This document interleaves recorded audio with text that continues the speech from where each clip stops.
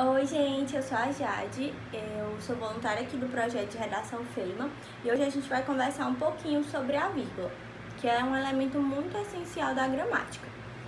Começando pela definição, ela é um sinal gráfico de pontuação, assim como o ponto final e o ponto e vírgula, que tem múltiplas funcionalidades, como uma pausa temporária, enfatizar, evitar ambiguidades, mas além da questão da entonação da fala, ela também é útil para manter o sentido da frase. E aí a gente vai começar com alguns casos. O primeiro caso que ela é útil é para separar elementos em sequência. Por exemplo, o primeiro dia de prova do Enem é composto por redação, vírgula, linguagens e ciências humanas. E aí o segundo caso é para isolar o vocativo, por exemplo. É necessário, vírgula, alunos, vírgula, que vocês prestem atenção na aula.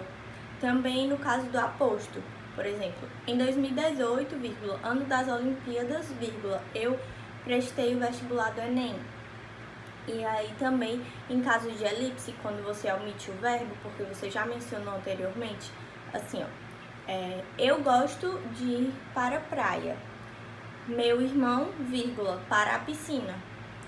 E aí também em casos de orações subordinadas adverbiais, por exemplo, quando investirem em educação, vírgula, o Brasil conseguirá se desenvolver. E nas orações coordenadas, ela se esforçou muito, vírgula, portanto conseguiu o que queria. Indo agora se basear na oração, a gente precisa entender que ela é formada por um sujeito e um predicado verbal, que contém o complemento verbal e o adjunto adverbial. O deslocamento do adjunto adverbial é o único que se pontua. Como assim? A ordem direta, né, é o sujeito predicado com o complemento verbal e o adjunto adverbial. Se o adjunto adverbial estiver deslocado para o início, para o meio, aí ele é pontuado, mas os outros não importa, você não pontua. E aí, mas o que a gente indica é que você mantenha na ordem direta para evitar ambiguidades e manter a leitura fluida. E aqui eu vou dar alguns exemplos que a gente mostra onde não precisa pontuar e quando precisa pontuar. Por exemplo, a frase: o governador determinou isolamento social à população no estado do Ceará. E aí, no estado do Ceará, é o adjunto adverbial. Se ele estivesse no início, a gente pontuava no estado do Ceará, vírgula, continuar a frase. Mas esses outros elementos eu vou colocar aqui para vocês verem que não precisa. Só se o adjunto adverbial estivesse deslocado.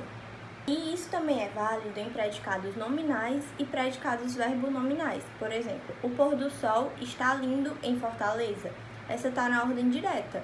E aí, se fosse em Fortaleza, vírgula, o pôr do sol está lindo.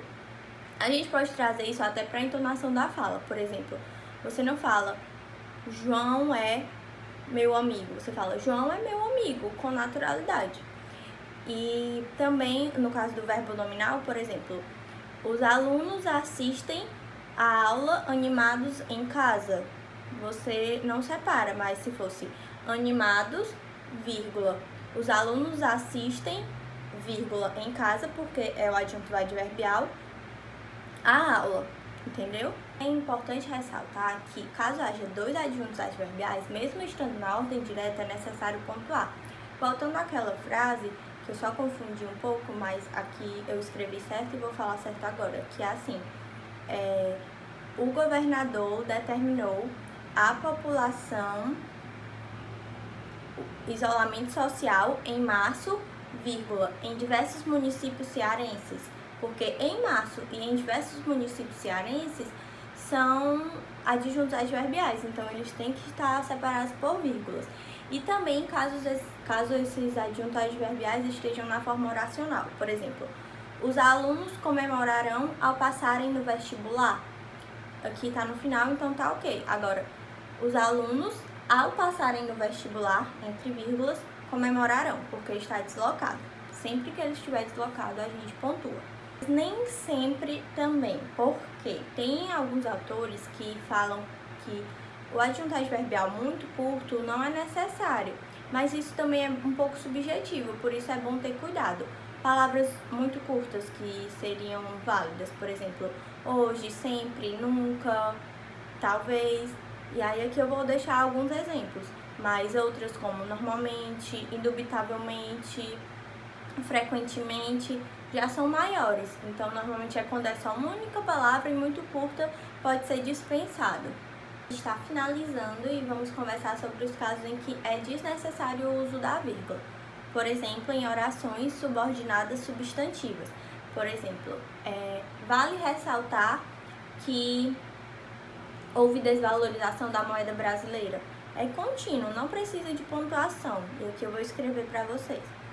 E também em orações coordenadas aditivas, em que se usa o i e o sujeito é o mesmo da coordenada assindética. Por exemplo, o Brasil tem bonitas praias e vastas fontes de energia. O Brasil é o sujeito nas duas, então não precisa. Mas caso fosse diferente, aí você usa a vírgula. Por exemplo, a educação é negligenciada, vírgula, e a segurança está prejudicada, porque o primeiro sujeito era educação e o segundo era segurança, então é necessário o uso da vírgula. Em casos que a gente tem que atentar que o i não tem significado aditivo, então é necessária a vírgula antes dele.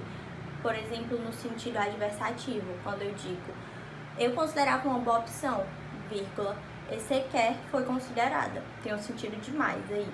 Ele também não é necessário em orações subordinadas adjetivas restritivas.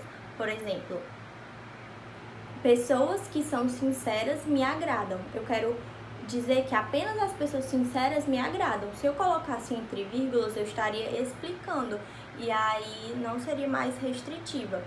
Ele também não é utilizado quando elementos são conectados por conjunções.